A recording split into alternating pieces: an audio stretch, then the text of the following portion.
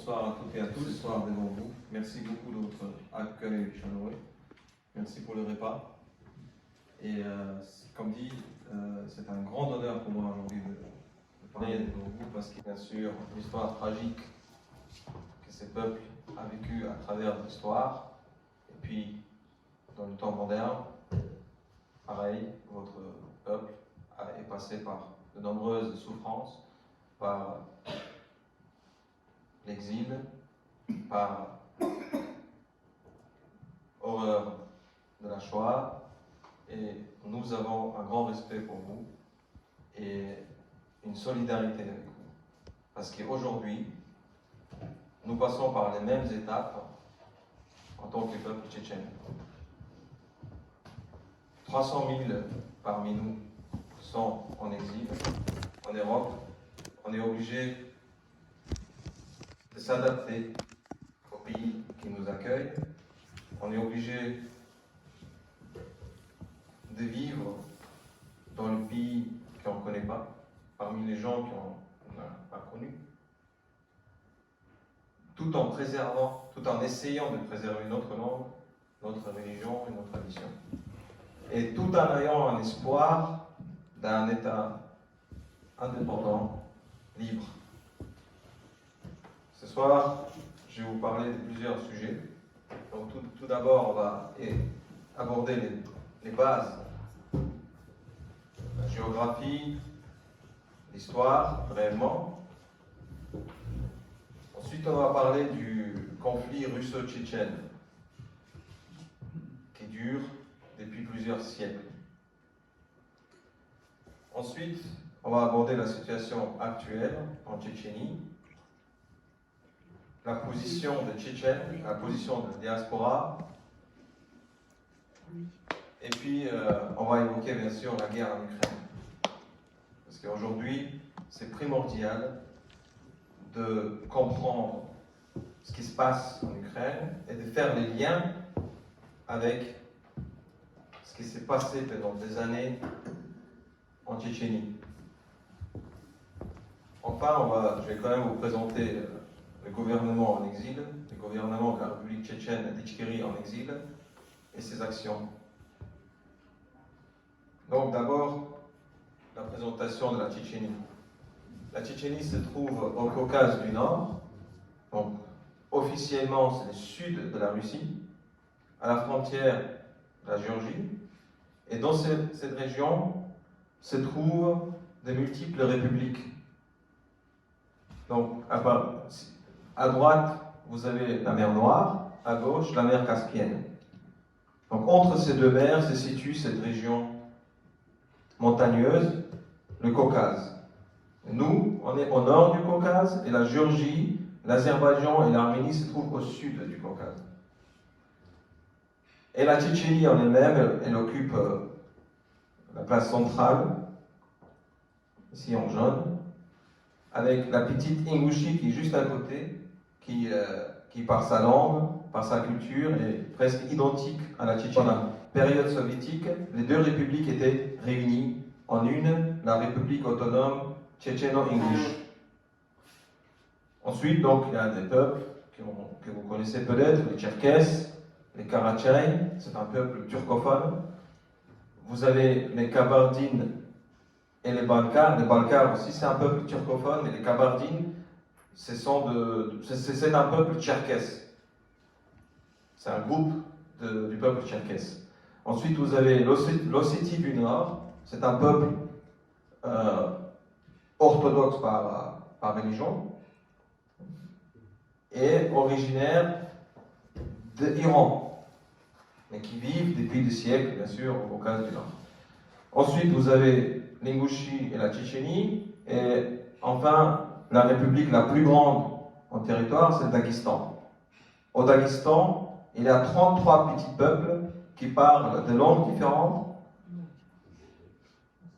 et qui sont, ils se comprennent parce qu'ils parlent tous russe, mais sinon, leurs propres langues à chacun sont différentes.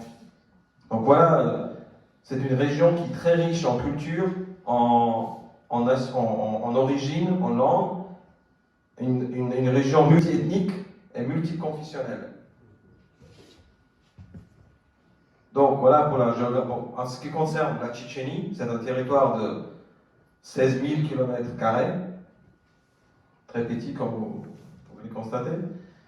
La capitale c'est Grozny, et puis voilà, j'ai mis un petit peu l'évolution démographique, ça tourne autour d'1 million. Donc la population tchétchène, en 2019, on a atteint le 1 million, presque 500. En ayant une diaspora de 300 000 en Europe, de plusieurs milliers de personnes aux États-Unis, au Canada, et bien sûr une grande communauté aussi en Turquie et dans le Moyen-Orient qui s'est installée en Moyen-Orient depuis le 19e siècle, à la suite de la guerre du Caucase. Maintenant, passons au drapeau. Donc, en haut, je vous ai mis le drapeau de la République tchétchène d'Itchkiri libre.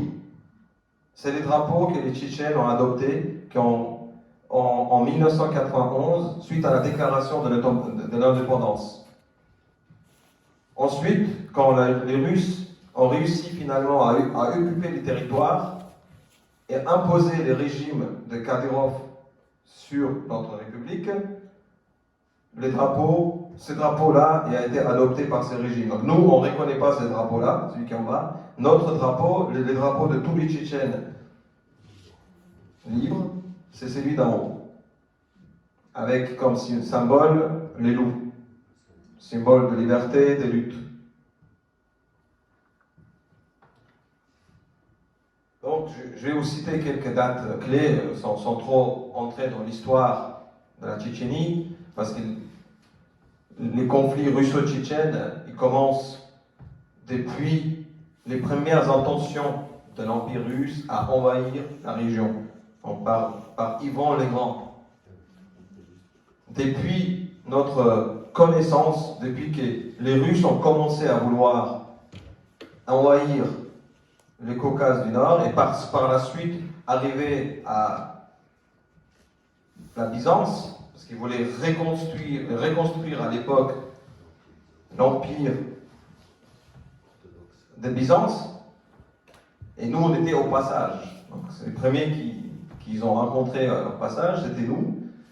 Et depuis notre rencontre, c'est la guerre, c'est le conflit.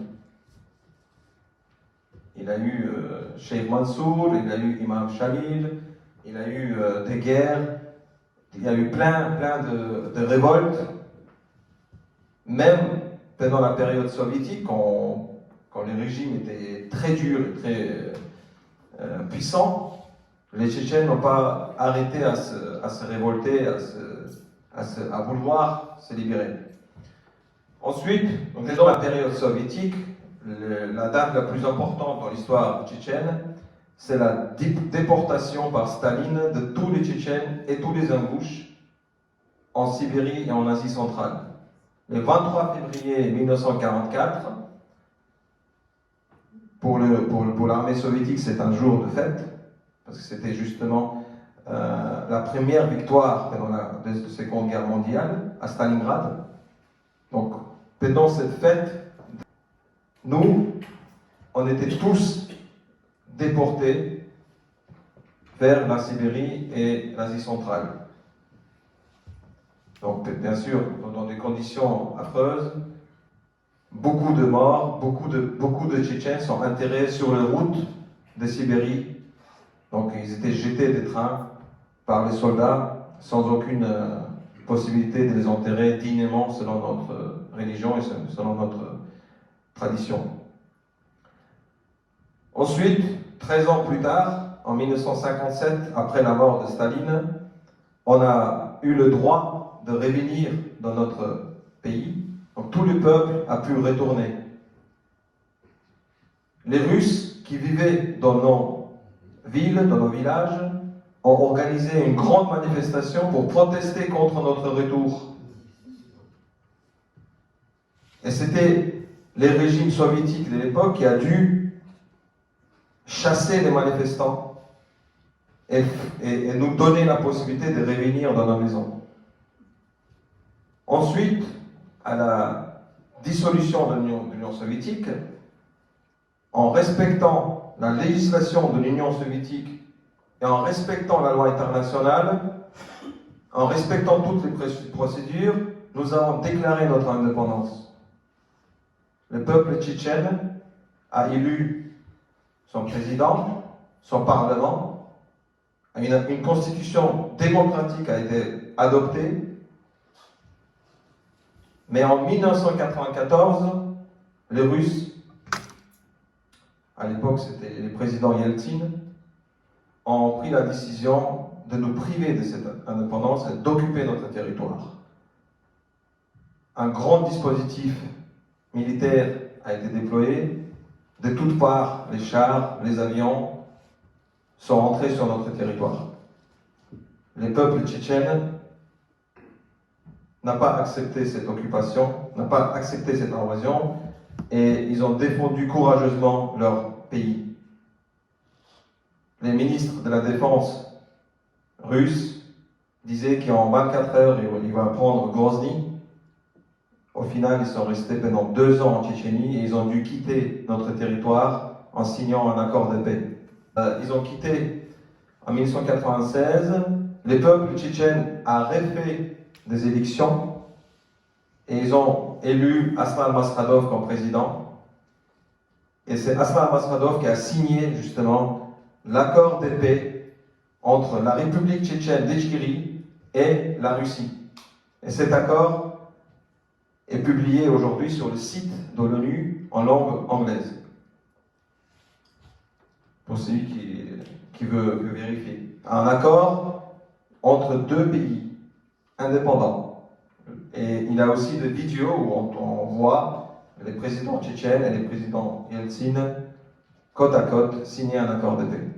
Et il a été convenu dans cet accord que toutes les relations et toutes questions vont être réglées en accord avec la loi internationale. Sauf que la Russie, après que Poutine a pris le pouvoir en 1999, a violé cet accord et la Russie est tout nouveau entrée pour se venger et pour récupérer de nouveau notre territoire. Il est vrai que pendant les 2 ans d'indépendance, notre gouvernement n'a pas pu instaurer l'ordre complet. Il y a eu des écarts, il y a eu du banditisme, il y a eu du terrorisme. On admet que certains éléments ont commis des choses inacceptables. Par contre, on sait qu'il y a eu aussi des traces dans ces actes terroristes et dans ces actions affreuses. Il y a eu des traces des services spéciaux russes. Mais dans toute nation et dans tout pays, il peut y avoir des personnes qui sont mauvaises, qui commettent des choses mauvaises. Ça ne peut pas être la cause, la raison pour envahir un État, pour détruire de nouveau des villes et des villages et de tuer un tiers d'un peuple. 300 000 personnes ont été tuées au cours de 2 guerres en Tchétchénie. Ensuite, en 2017, donc la guerre s'est arrêtée officiellement, la 2e guerre que Poutine a commencée s'est officiellement arrêtée en 2004, parce que c'est à cette date-là qu'ils ont déclaré la fin de l'opération antiterroriste, parce que les Russes n'appellent jamais une guerre une guerre. La première guerre tchétchène, la première guerre en Tchétchénie, ils l'ont appelée opération de reconstitution d'ordre constitutionnel. Donc, pas de guerre. La 2e guerre, ils ont appelé opération antiterroriste. Et aujourd'hui en Ukraine, la guerre en Ukraine, ils appellent opération spéciale. Donc il y a toujours une opération, mais pas de guerre. Mais les conséquences sont les mêmes, les morts sont les mêmes. Je vous présente ici les photos de nos 5 présidents légitimement élus qui ont été tués par les Russes. Ils ont défendu leur pays jusqu'à être tués. Donc les premiers présidents, Djeral Dodaev, qui était général dans l'armée soviétique, il a servi dans les pays de Balte. Et quand la Tchétchénie a déclaré son indépendance, les peuples tchétchènes l'ont élu comme président. Il a été tué pendant la première guerre, quand il était donc chef des armées, et quand il était en train de défendre son peuple et son territoire. Ensuite, Selim Khan Yandarbiyev, donc deuxième à droite, a été désigné comme président par intérim à sa place. Et entre les deux guerres, quand le peuple tchétchène a eu la possibilité d'organiser des élections, ils ont élu Aslan Maskhadov par majorité de voix. Les élections ont été validées par OSCE, donc il y avait des représentants de 57 pays qui ont validé les élections à l'époque. Ensuite, en 2005, donc en 1999, la deuxième guerre commence. Le président devient un chef des armées, il prend la défense de son territoire, et en 2005, il est tué par les Russes. Son corps n'a jamais été rendu au peuple tchétchène. On ne rend pas les corps d'un terroriste. Et donc, ensuite, c'est Abdelhakim Sadoulayev, le jeune homme ici devant le drapeau tchétchène. C'est lui qui a été désigné comme président par intérim. Lui-même, il est aussi tué par les Russes. Pareil, son corps n'est pas rendu. Et Kadyrov, quand il a été tué, Kadyrov a humilié son corps devant tout le monde, devant les caméras. Ensuite, c'était Dr Omarov qui a été désigné comme président par intérim. Mais malheureusement, en 2007, Dr Omarov a commis un acte anticonstitutionnel, a essayé d'annuler l'État indépendant de la Tchétchénie. Il a proclamé un État islamique du Caucase. Par ce faire, il s'est retiré, il s'est destitué lui-même du poste du président. Ça n'a pas été approuvé par notre résistance, et ils ont demandé à Ahmed Zakayev, qui était à l'époque ministre des Affaires étrangères et qui était installé à Londres, de former un gouvernement en exil. Et jusqu'à aujourd'hui, ce gouvernement en exil fait tout ce qu'il peut pour libérer notre territoire par moyens légitimes et acceptables dans la loi internationale, et pour préserver notre légitimité. Voilà un petit peu l'image de ce qu'ils ont fait à notre capitale par leur bombardement et par leur destruction. Donc la destruction de Grozny, depuis la Seconde Guerre mondiale, c'était la première ville à être tellement dévastée. Donc quand ils sont rentrés en Tchétchénie, où il y a les flèches rouges, donc ils sont venus de tous les côtés, du nord, de l'ouest, de l'est, et ils sont tous dirigés vers Grozny. Les Tchétchènes, donc c'était la première guerre, hein, les Tchétchènes ont attendu, ils ont laissé entrer les forces russes à Grozny, à l'intérieur de la capitale, et ensuite, chaque maison et chaque immeuble a résisté. Il y a eu de centaines de chars brûlés. Donc la prise de Grozny n'a pas réussi. Ils ont mis plusieurs mois à prendre Grozny.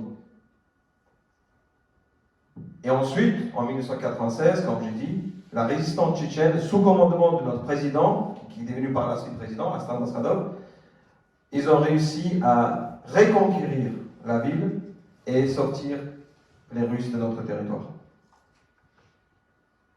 Voilà encore une fois quelques images qui nous rappellent bien sûr l'invasion et l'agression contre l'Ukraine, les mêmes méthodes, donc grand nombre de soldats, grand nombre de chars, des avions, et puis destruction totale.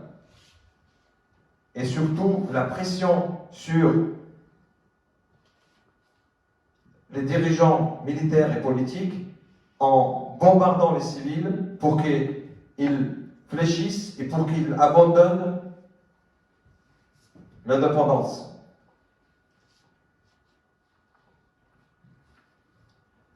Aujourd'hui, la situation actuelle en Tchétchénie, c'est un territoire temporairement occupé. Le 18 octobre 2022, le Parlement ukrainien Verkhovna Rada a adopté une résolution dans laquelle elle reconnaît la Tchétchénie en tant que territoire temporairement occupé.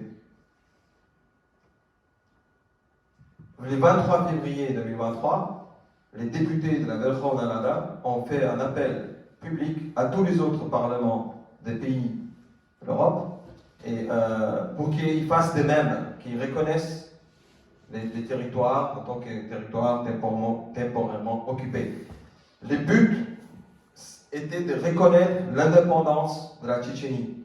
Mais étant donné que nous n'avons pas de territoire sous notre contrôle, si aujourd'hui l'Ukraine reconnaît l'indépendance de la Tchétchénie, on ne pourra pas établir des liens, des relations diplomatiques, parce qu'on ne pourra pas, nous, accueillir une ambassade ukrainienne sur notre territoire, étant donné que le territoire est occupé. Donc c'est pour ça que les Ukrainiens étaient obligés de nous reconnaître en tant que territoire occupé, mais c'est un pas vers la reconnaissance de notre indépendance.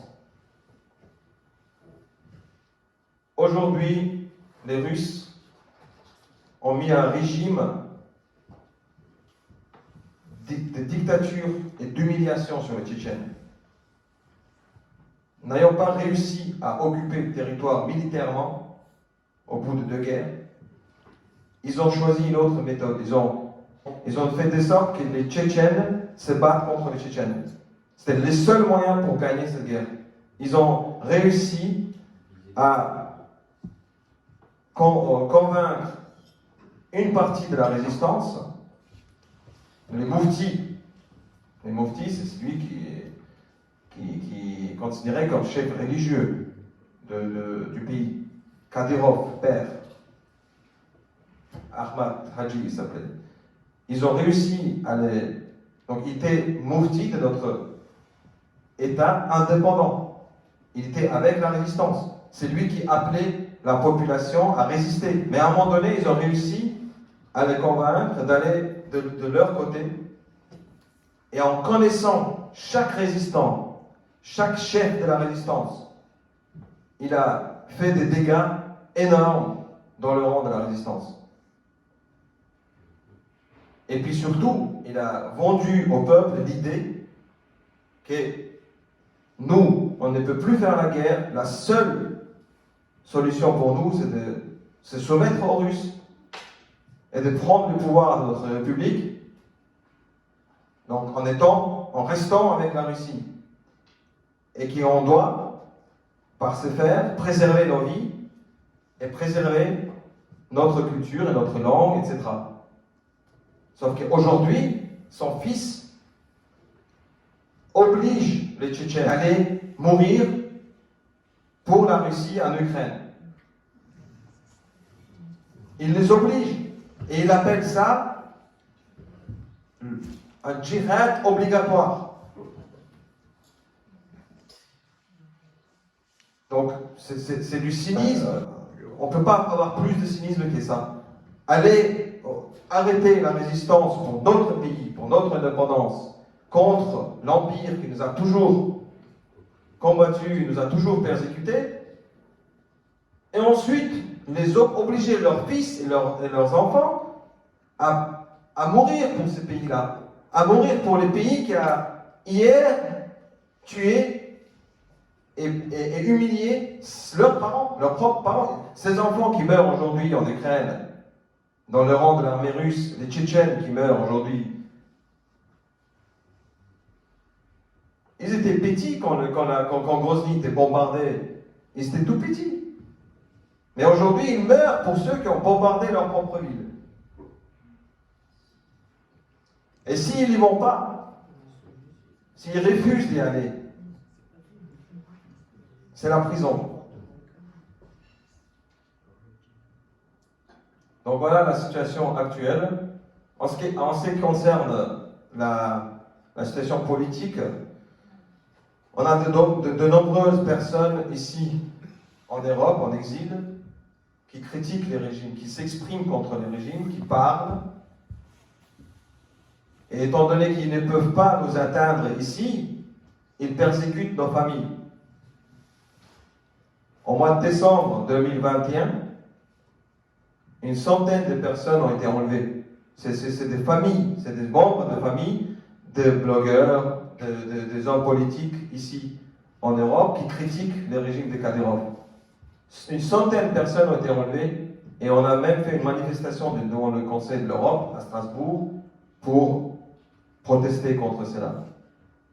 Donc voilà les méthodes qui sont appliquées aujourd'hui sur notre peuple. Donc des centaines de personnes, comme j'ai dit, sont envoyées en Ukraine, ils sont obligés de mourir. Et en plus, ils sont obligés de mourir et ils n'ont pas le droit de dire que ce n'est pas notre guerre, que cette guerre n'est pas juste. Tout imam et toute personne religieuse est obligée d'approuver la guerre en Ukraine. Obligé de l'appeler djihad. Parce que Kadyrov a décidé ainsi.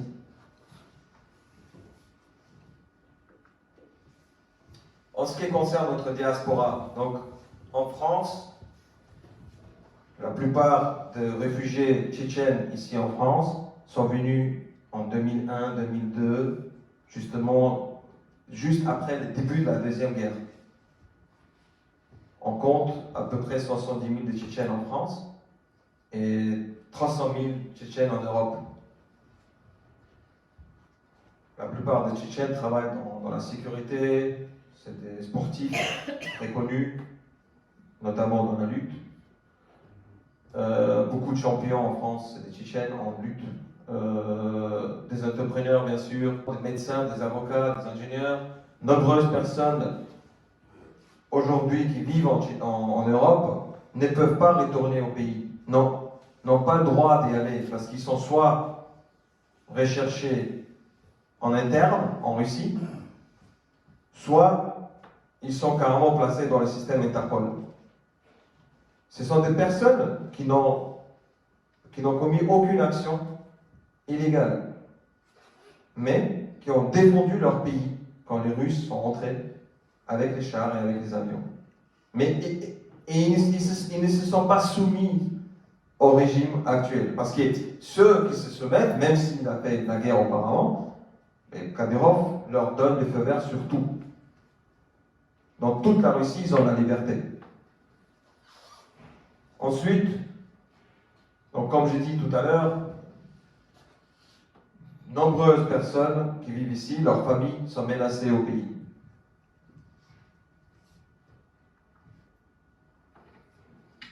Maintenant, on va passer à l'actualité, la guerre en Ukraine. La guerre en Ukraine a commencé le 24 février 2022. Le lendemain de la guerre, le 26 février 2022, notre gouvernement en exil a pris la décision d'aider les Ukrainiens par tout moyen qu'il nous a. C'est vrai qu'on n'est pas au même niveau que les États-Unis ou l'Union européenne, mais on a quand même, depuis le début de cette guerre, on s'est investi au maximum et on a donné une aide selon nos possibilités. 5 bataillons aujourd'hui sont formés en Ukraine de volontaires tchétchènes qui se battent côte à côte avec les Ukrainiens contre les Russes.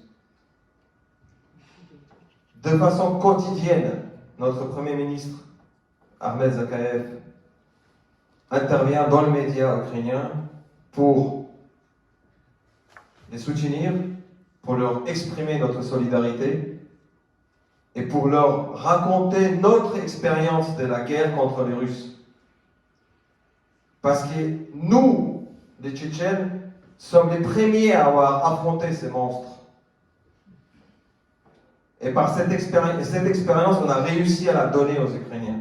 On a réussi à leur expliquer, dans les premiers jours de la guerre, quand tout le monde avait peur que l'Ukraine va tomber, nous, par tous nos moyens, on a demandé aux Ukrainiens de tenir bon, de résister, de ne pas lâcher. Les premiers moments, ce sont les plus importants. Si vous résistez pendant le premier mois, la suite, vous l'avez gagnée. C'est exactement cette position-là qu'on a adoptée. Et puis, heureusement, les Ukrainiens, et surtout leur président, Vladimir Zelensky, qu'on considérait pas du tout comme une personne militaire ou héroïque, mais qui s'est montré dans la pratique comme un vrai héros. Pourquoi on a fait les démarches que j'ai décrites tout à l'heure? C'était aussi parce que de l'autre côté, depuis les premiers jours de la guerre, Kadyrov, en mettant en avant notre nom, le nom de notre peuple héroïque, en mettant en avant ces noms-là, dans le média, tenait des propos contre l'Ukraine. Quand il s'est affiché avec des milliers de soldats sur la place de Grozny en disant on va tous en Ukraine pour mourir pour la Russie,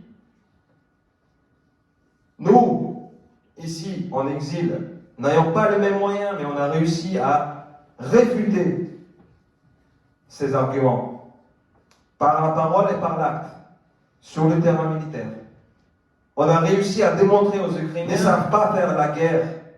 Ils ne savent que théoriser le peuple soumis par la force russe derrière eux. Mais la vraie guerre, ils ne vont pas la faire, ils n'ont pas le courage, parce qu'une guerre, elle se gagne par la motivation et par le courage. Et pas par l'argent. Et pas par la force. Par l'esprit. Et on a réussi à faire passer le message, et aujourd'hui, les Ukrainiens font bel et bien la différence entre les Kadyrov et les Tchétchènes. Et nous, on remercie beaucoup les Ukrainiens pour cette compréhension. Sinon, ici en exil, dans la diaspora, dans toutes les villes principales de l'Europe, à chaque fois qu'il y a une manifestation contre la guerre en Ukraine, les Tchétchènes ont toujours participé en venant à ces manifestations avec leur drapeau de la Tchétchénie libre et en prenant la parole, non seulement assister et prendre part aux manifestations, mais aussi parler, soutenir les Ukrainiens, leur donner notre expérience pour qu'ils tiennent bon, pour qu'ils résistent. Bien sûr, sinon toutes les autres formes d'aide, collecte d'aide humanitaire, bien sûr, on n'a pas beaucoup de richesses, mais tout ce qu'on a pu faire, on a essayé de le faire. En voyant cet effort de notre part, comme j'ai dit, l'Ukraine, le Parlement ukrainien, le 18 octobre 2022, a adopté cette résolution dans laquelle ils reconnaissent notre territoire en tant que territoire temporairement occupé. Et le 23 février 2023, les jours de la commémoration de la déportation de Tchétchènes et des Ingouches par Staline, publiquement, lors de l'Assemblée de la Verkhovna Rada, les députés ont exprimé leur solidarité avec notre peuple et ont appelé tous les autres parlements des pays européens de reconnaître notre territoire en tant que territoire temporairement occupé. Voilà, pour appuyer mes propos, j'ai mis quelques photos de notre Premier ministre qui est en permanence, très souvent en Ukraine, des missions régulières à Kiev. Donc il est basé à Londres, mais depuis le début de la guerre, il est pratiquement tout le temps en Ukraine. Ou, comme je dis, il forme des bataillons, comme vous pouvez voir, et là il est avec des militaires ukrainiens et les volontaires tchétchènes. Donc là, il est dans le média ukrainien. Et là, à côté, je vous ai mis la photo de l'accord qui a été signé entre les services du ministère de la Défense ukrainien et les ministères de la Défense de notre gouvernement en exil, qui stipule que nos bataillons vont combattre sur le territoire ukrainien contre l'ennemi commun, en respectant, bien sûr, la loi ukrainienne, et qu'après qu'on a gagné la guerre en Ukraine contre les Russes, l'Ukraine va nous assister dans notre combat pour la libération de la Tchétchénie. Donc voilà, vous voyez quelques commentaires. Et évidemment, pas beaucoup de personnes peuvent s'afficher sur les photos. Mais il y a beaucoup plus de gens qui ont rejoint l'Ukraine pour combattre l'ennemi. Comme ici, quelques photos de nos participations à la manifestation. Donc, avant-hier, le 25 février, à Bruxelles, on était tous ensemble avec les gouvernements en exil à Bruxelles pour commémorer la déportation des Tchétchènes et des Ingouches en 1944. Et ensuite, on a rejoint la marche des Ukrainiens contre la guerre en Ukraine, où il y avait des milliers de personnes. On était accueillis par les représentants des Ukrainiens et notre Premier ministre a tenu un discours. Et après, ensuite, on a suivi la marche avec les Ukrainiens. Voilà, si vous pouvez voir les drapeaux de la Tchétchénie, c'est le début de la marche. Vous voyez tout de suite plusieurs drapeaux de la Tchétchénie à côté des drapeaux ukrainiens.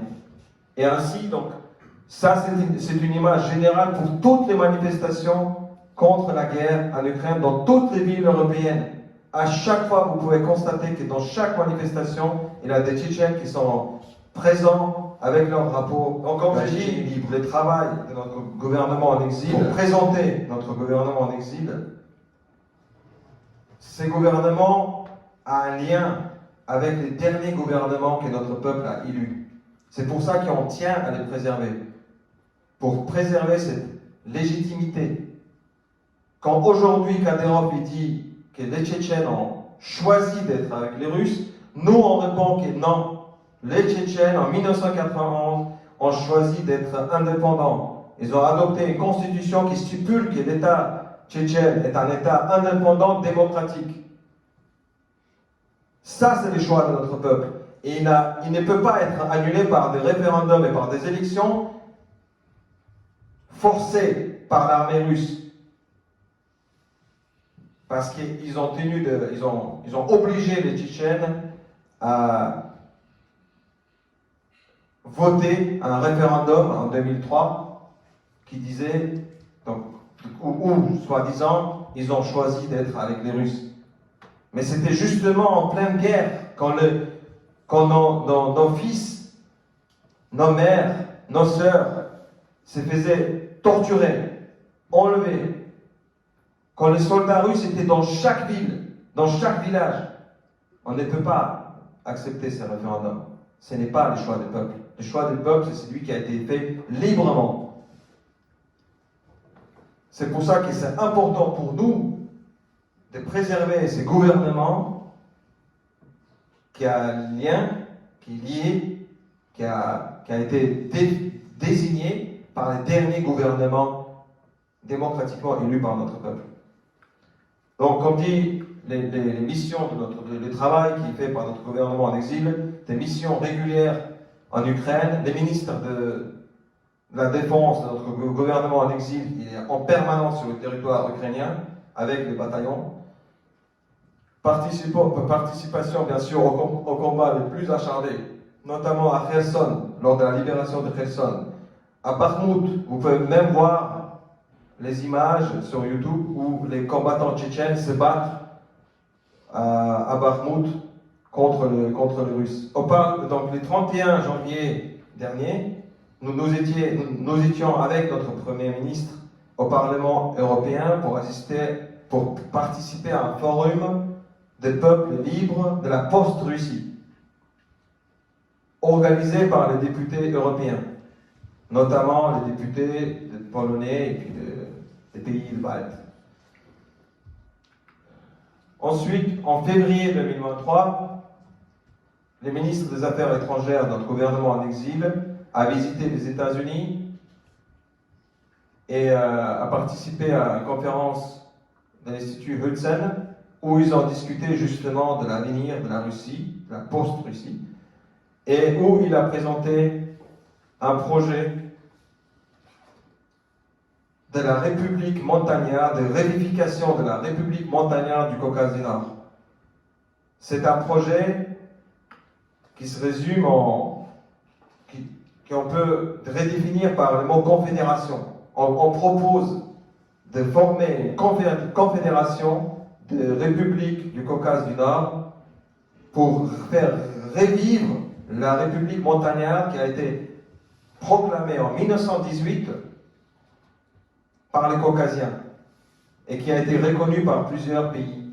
C'est un projet pour ceux si on espère qu'il va trouver du soutien aux États-Unis, en Europe, parce que toute la région est stratégiquement importante.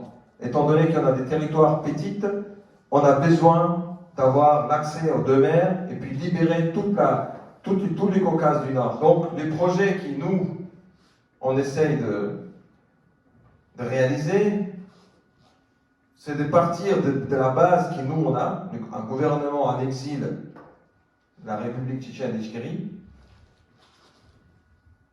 faire tout notre possible de le faire reconnaître par l'Ukraine en premier et puis par les États, par les pays occidentaux.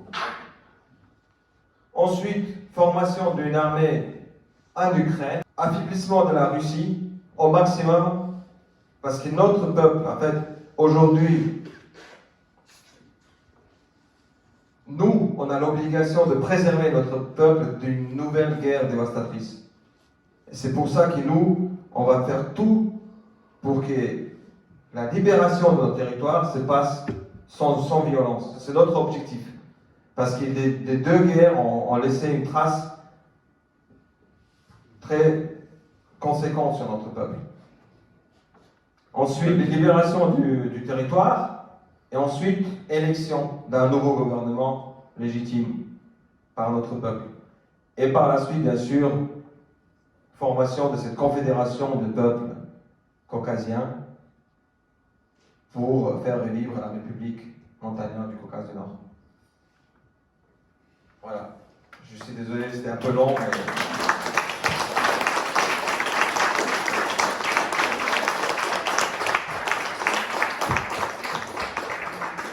Je suis à votre disposition pour les questions, pour répondre aux questions. Avez-vous des questions à poser à M. Albakov?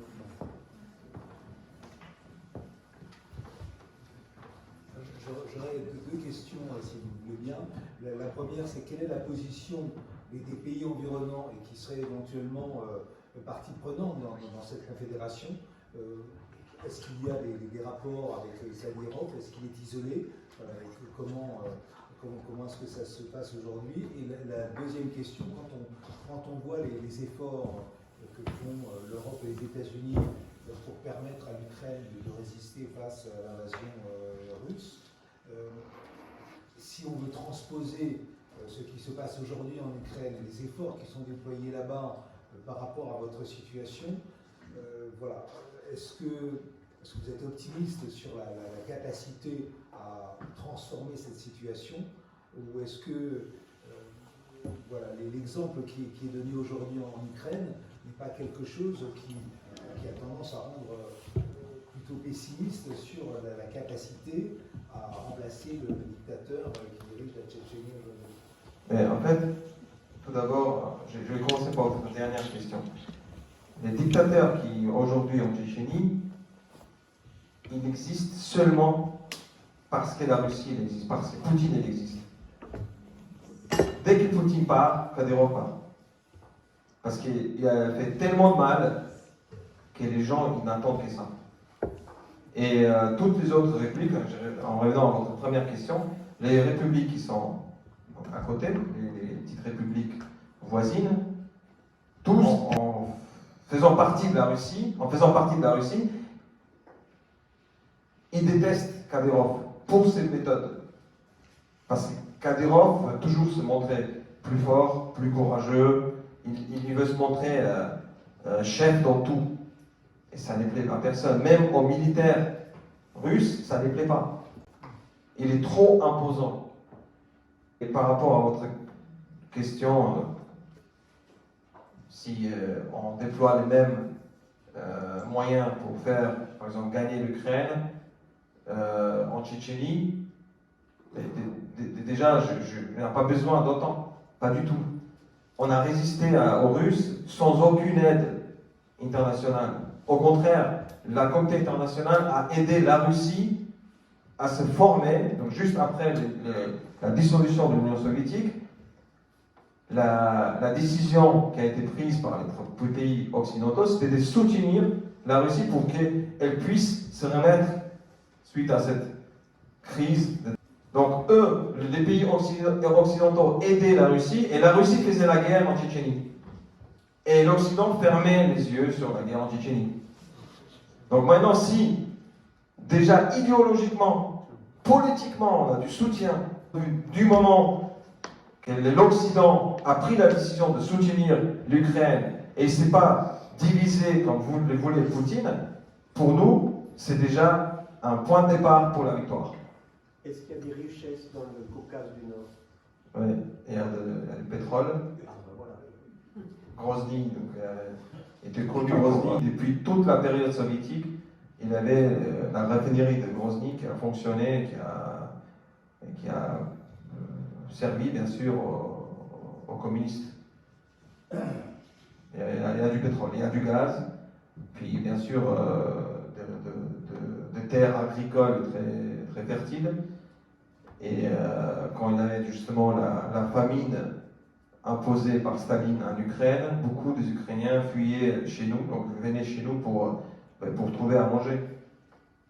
Et c'est dès là qui part la relation si chaleureuse entre les Ukrainiens et les Caucasiens.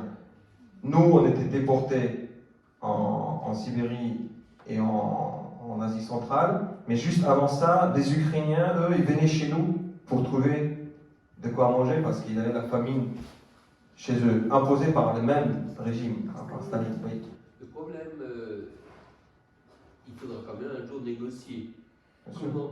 Comment peut-on négocier avec un État russe quand moi j'ai lu récemment Berlin l'année zéro où les Russes n'honorent absolument jamais leur signature.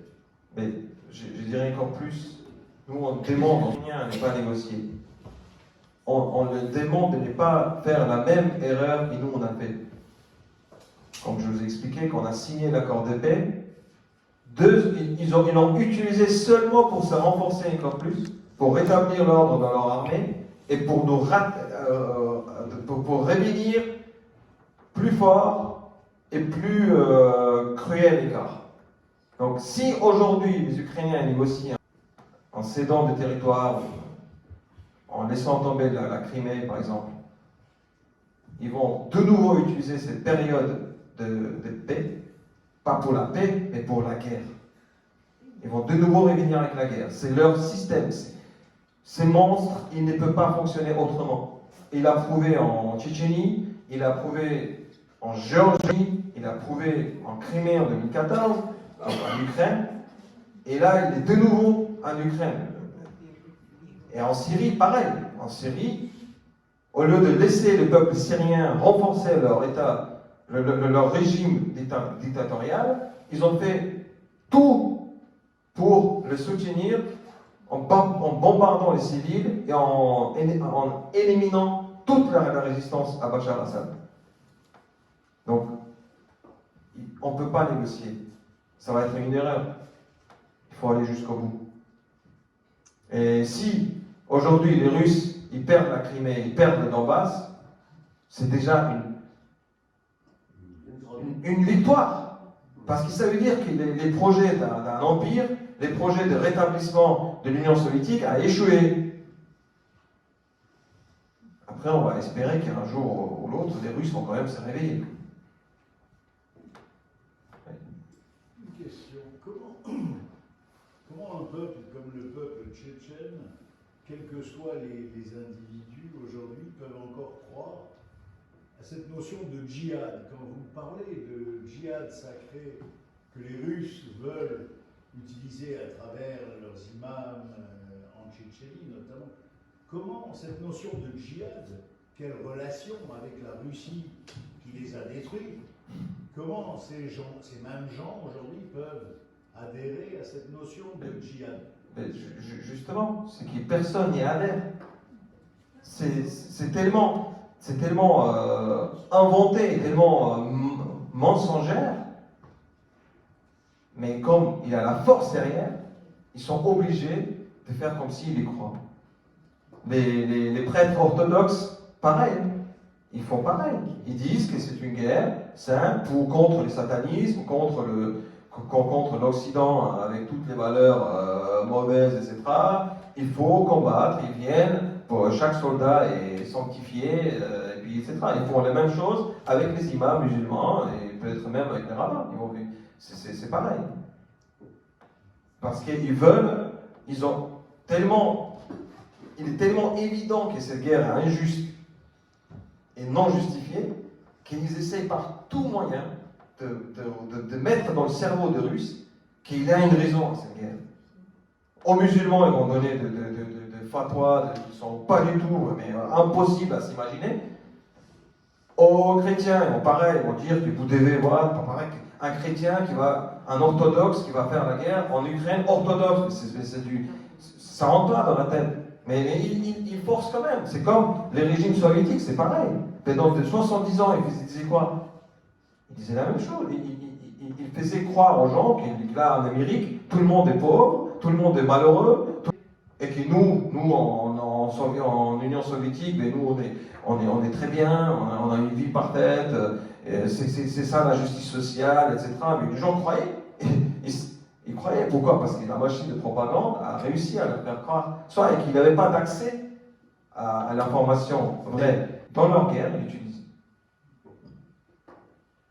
Comment est-ce que Kadyrov fait pour que dans nos médias, il apparaisse une fois où il vient dire notre pays a envoyé le plus de militaires, une autre fois, regardez, il y a mes enfants, ils vont aller combattre en Ukraine. Comment est-ce qu'on arrive à le bloquer, qu'il arrive à propager ses idées chez nous?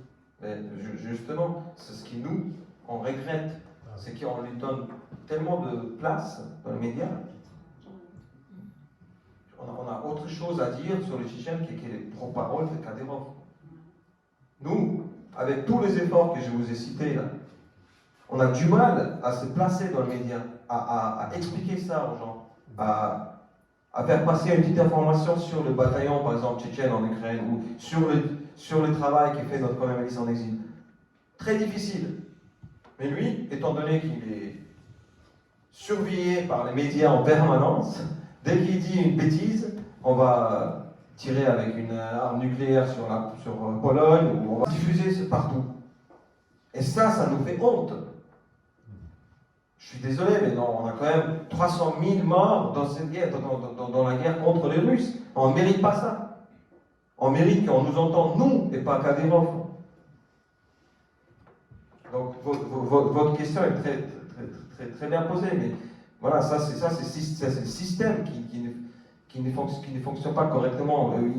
Il capte les informations qui sont visibles, et puis la réalité, mais il ne veut pas la diffuser parce que ce n'est pas intéressant. Quand on dit Kadyrov a dit, tout le monde commence à s'intéresser. Quand on dit, oui, les Tchétchènes, de la diaspora, les premiers ministres en exil, personne ne s'y intéresse malheureusement. Est-ce que vous avez des contacts diplomatiques avec l'Union européenne, des pays, des chefs d'État? Qu'est-ce que vous avez comme contact direct?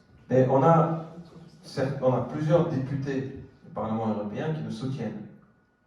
Et les plus connus, les plus célèbres de députés, c'est Raphaël Glucksmann. Ah oui. Raphaël Glucksmann, c'est le fils d'André Glucksmann. Et André Glucksmann, jusqu'à sa mort, a toujours défendu les Tchétchènes sur les médias et au niveau politique. Et son fils a poursuivi son travail. On est en contact avec lui, on s'est vu, moi personnellement, et puis d'autres Tchétchènes bien sûr. On était justement ensemble à la manifestation contre la guerre en Ukraine au mois de mai, à Paris, on était ensemble. Il y a même une vidéo où lui, il parle, juste après lui, c'est moi qui interviens.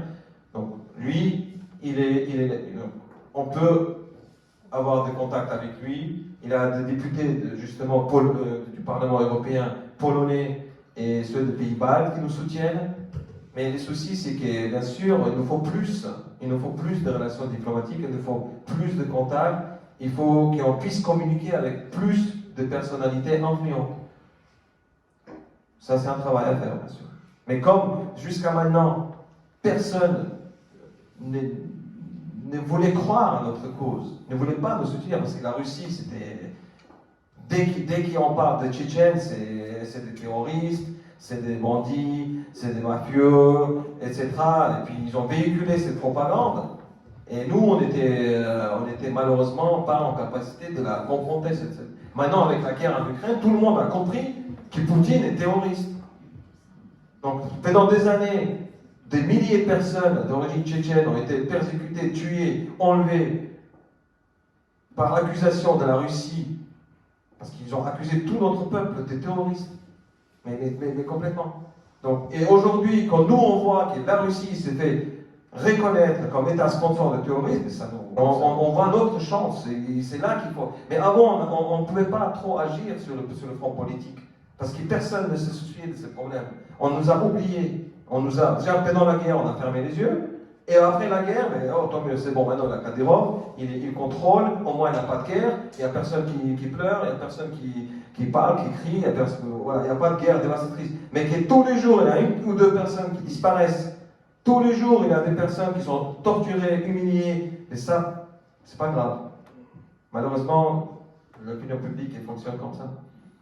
Mais on a besoin effectivement de plus de soutien et de plus de relations diplomatiques.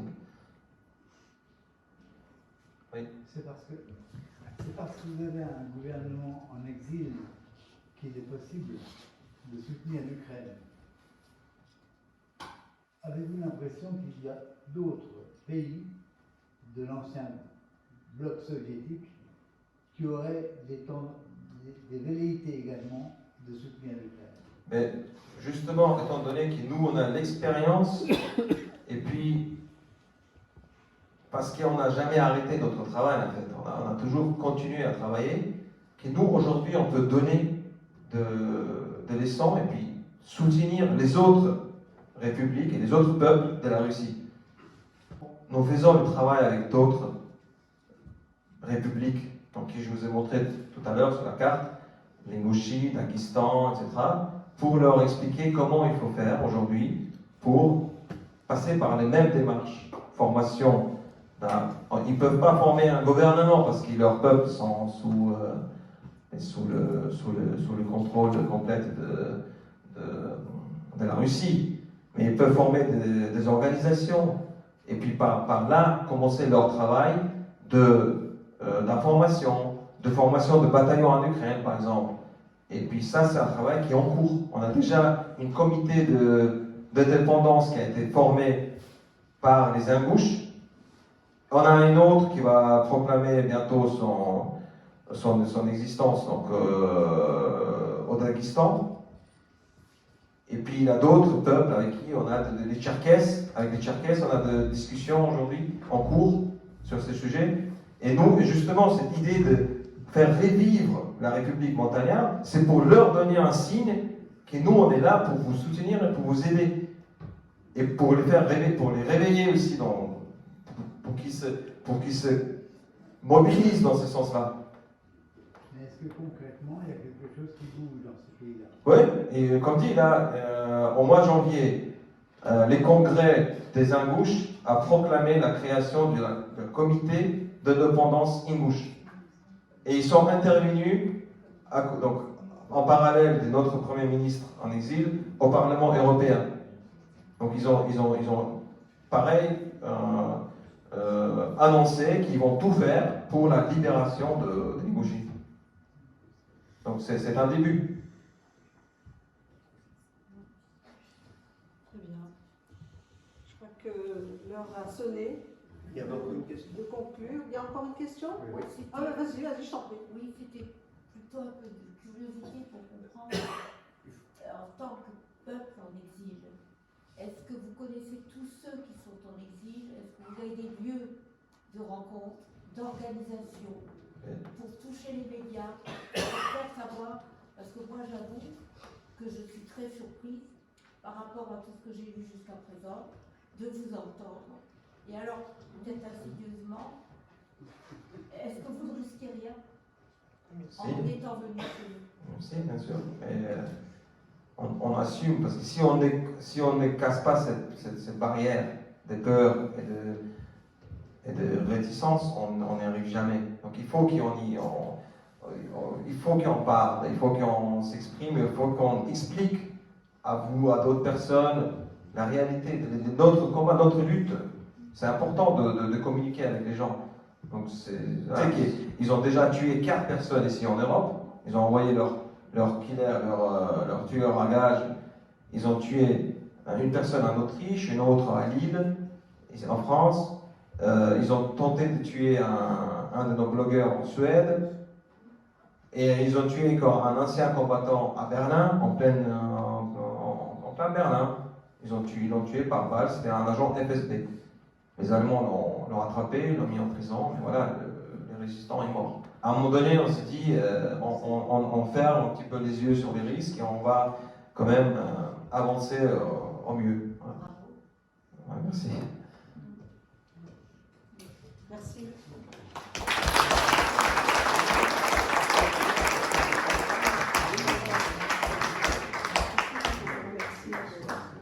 C'est un grand merci, c'est très gentil. Voilà.